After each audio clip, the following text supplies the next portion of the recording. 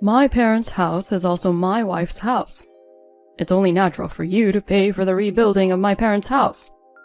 My husband suddenly started saying outrageous things. My parents-in-law, who are in favor of rebuilding the house, came up with an argument that I couldn't understand.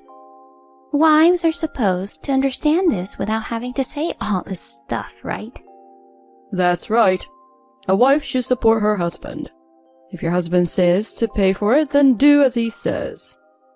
When I told him I wasn't going to pay, my mother-in-law gave me a hard time. My kind son decided to marry a trashy woman like you. Don't be selfish. I can't take it anymore. I need to get out of here. Thus, I strongly decided to get a divorce. My name is Emily. I was 34 years old when I married Ryan, the same age as me, and I've been living with him for 5 years. Since the beginning of our marriage, I have had the word divorce in my head on a daily basis. The first time it came to my mind was when Ryan suddenly quit his job. I quit my job today, Ryan told me as soon as I got home. He had been working for an electronics company since he graduated from college, with a decent salary and a good bonus. I, on the other hand, work for a foreign cosmetics company and make about the same as Ryan. So when we got married, we decided to share equally in living expenses, rent, savings, and other money matters. And then he suddenly quits his job. I'll choose the next job I want. Until then, Emily, please support us. Not only did he resign on his own accord, he also abandoned his living expenses. Hey, that's not what we talked about. Of course, I tried to talk him out of it, but he didn't care. I've been thinking about retiring for a long time. Now that I'm married to you, we don't need my earnings to survive, right? Then I wouldn't have to do a job I don't want. I already know what I'm going to do next. Are you saying you're counting on my salary? That's too selfish. I'm not asking you to let me be unemployed forever. Why can't I count on you for a few months? A few months? You better promise me. I thought it would be impossible to support a family on my salary alone, but when he told me it would be a short term of a few months, I thought I might be able to do that. Looking back, that was probably a bad idea. At the time, I had just gotten married and I was still in love with Ryan. I forgave him before I heard any details about his next job. 3 months later, he finally got another job. But the pay is less than 2/3 of what he was making before, and he doesn't get a bonus. Ryan insisted that it was the best job he'd ever had because he got a lot of time off and the work was easy. I was beginning to distrust Ryan's insistence. Was he really willing to help support this family? My fears turned into certainty. My husband and I were at my parents-in-law's house when he started arguing with me about living expenses in front of them. It's not fair to put money in the house at the same allocation as before, even though my salary has gone down. Dad, Mom, don't you think so? When my in-laws heard that, they made me look bad, and they justified Ryan's actions. It's a wife's job to support her husband. If Ryan's salary got lowered, then Emily, you should be putting in more money into the house. That's right. You're his wife. You have to support your husband. Ryan changed jobs to do what he wanted to do. You should be proud of that, right? Ryan got his parents on his side, blaming me. See? My parents are saying this, so it shouldn't be a problem. I knew he never wanted to support each other from the beginning. I thought about getting divorced many times, but after being married after 30 years old, I was afraid of being single. I reluctantly accepted Ryan's and my in-laws' requests. I agreed to take care of the situation by asking Ryan to pay me 1/2 of what he had been paying before. But this was just the beginning.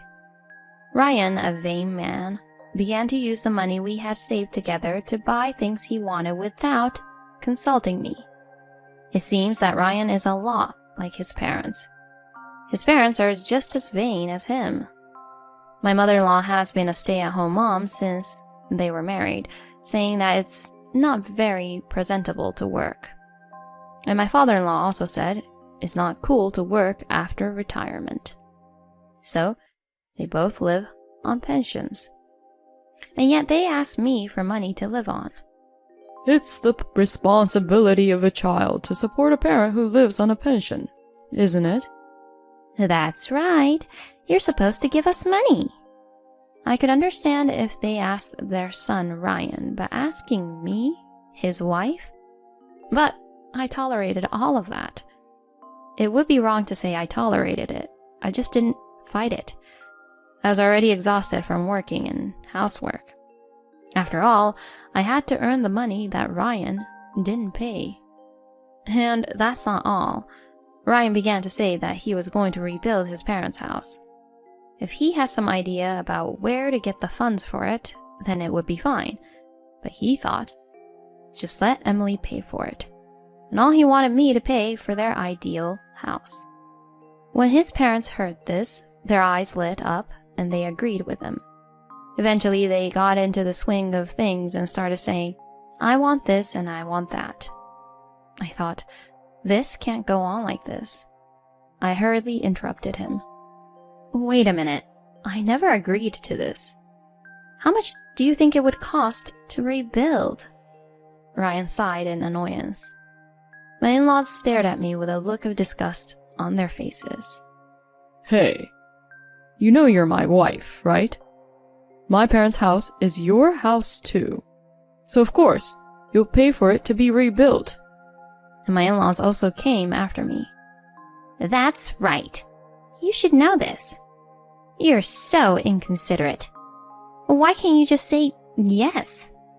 I told you that a wife should support her husband. Your husband says he wants to rebuild the house? Why don't you obey him? Talking to these people is not going to get us anywhere. I've learned that well in this marriage. But this time it's nothing compared to the scale of what we've done before. We are rebuilding a house after all. There's no way I'll agree to it. Anyway, I won't pay for it. With that, I left the place with my back to them. For the next few days, Ryan and my in-laws blamed me.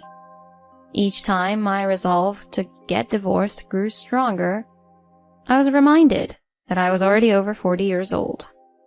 It took a lot of courage to be single at my age. Besides, I didn't want to displease my parents, who were more than happy to see me get married.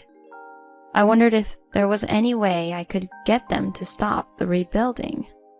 That's when I thought of something. As usual, I received a phone call from my mother-in-law. Emily, please cut it out. How long are you going to keep troubling Ryan? You're terrible. You're a piece of trash who couldn't even get married for the rest of your life if Ryan hadn't gotten married to you. Ryan took you in because he's a sweet boy. You have no right to be selfish. My mother-in-law's angry, high-pitched voice echoed over the phone. The word selfish particularly offended me. Which one of us is selfish? Who do you think is supporting Ryan, who has been doing whatever he wants? I made a strong decision in my heart. That's it. I'm divorcing him. He's going to get what he deserves for doing whatever he wants. I unilaterally cut off my mother-in-law's and went to my lawyer's office, which I had never had the courage to do before. A few weeks later, I was summoned to my in-laws' house. The reason, of course, was to convince them to give me the money to rebuild the house. My mother-in-law was bragging to the neighbors about the rebuilding project, and she wanted to move the conversation along quickly, so she came over to me. It's the responsibility of the wife to pay for the rebuilding, you know. You're the one who has to put yourself on the line for her parents and his parents, aren't you? Apparently, they had been to a showroom and had already gotten a quote from a contractor. When I looked at the estimate, I saw that the option fees were outrageous. The total was more than double what I had imagined. Ryan was smiling like a man who is not interested in anything else and said, You better take out a loan. Okay, I will gladly cooperate. I replied without a pause, and the three of them turned their surprised faces to me. What? Did you just say you'll cooperate? Seriously? Ryan, incredulous, asks for confirmation with a straight face. Yes, I did, because you asked me to. Ryan's face breaks into a smile at that reply. Emily, I knew you would come around. That's my wife. I didn't know what was going to happen when you said you wouldn't pay, but I knew you'd understand. My in-laws are smiling and nodding their heads. Yeah, that's what being a wife is all about. I see you've learned to appreciate your husband's greatness too, Emily. From the day I said I would help out, I was in charge of all the financial aspects of the rebuilding. Meanwhile, Ryan and the in-laws had several meetings with the house builder, but I wasn't invited to any of them. I guess they thought they could handle the money. As time went by, they told me, "We're going to sign a contract with the house builder, so you'll have to be there." When it comes to contracting, the house builder has to get their financial affairs in order. They told me to bring documents related to the mortgage, but I didn't apply for a loan. Instead, I packed dozens of divorce papers in my bag and headed for my in-laws' house. My mother-in-law, feeling a little giddy, said, "The deal is in the afternoon, so let's have lunch and then go." Ryan was very excited to hear that. Hey, I was wondering if we can still add options. I'd like an electric garage. Ryan's father leans in as well. I'm sure you can get one. A motorized garage sounds so convenient. They have no idea the despair they're about to experience. I'll finally be free from the hell I've been living in for the past 5 years. I couldn't suppress a smile as I looked at their happy faces. Let's have it then.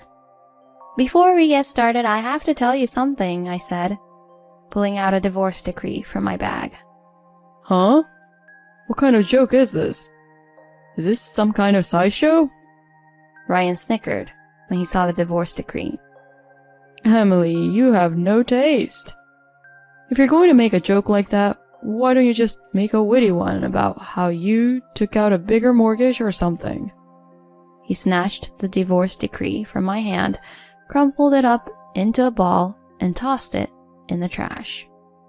I immediately pull out a second set of divorce papers and shove it in front of Ryan's eyes. This is not a joke. This is not a sideshow. I'm divorcing you. Of course, I'm not your wife, and I don't have to pay for someone else's house to be rebuilt, do I? Ryan snatched the divorce decree from me and tore it into shreds. Don't be ridiculous. I'm not getting a divorce. Who's going to pay for it if you don't? I smiled wickedly at him. I have dozens of divorce agreements ready for you to tear up. I won't give up until you sign it. They could tell how serious we were when they saw how thick the stack of paper was. My in-laws' faces turned pale and Ryan broke out in a cold sweat. I'm going to rip up all that. Ryan's blustering like that didn't hurt me at all.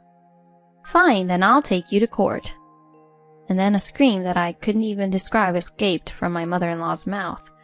Once the case goes to court, the whole neighborhood will know about it. There was no way these vain people would let this get settled in court. That's why I was able to come on strong. If you don't sign the divorce decree right now, we'll go to court. I've already consulted a lawyer. Your demands for money, your unauthorized use of our common savings.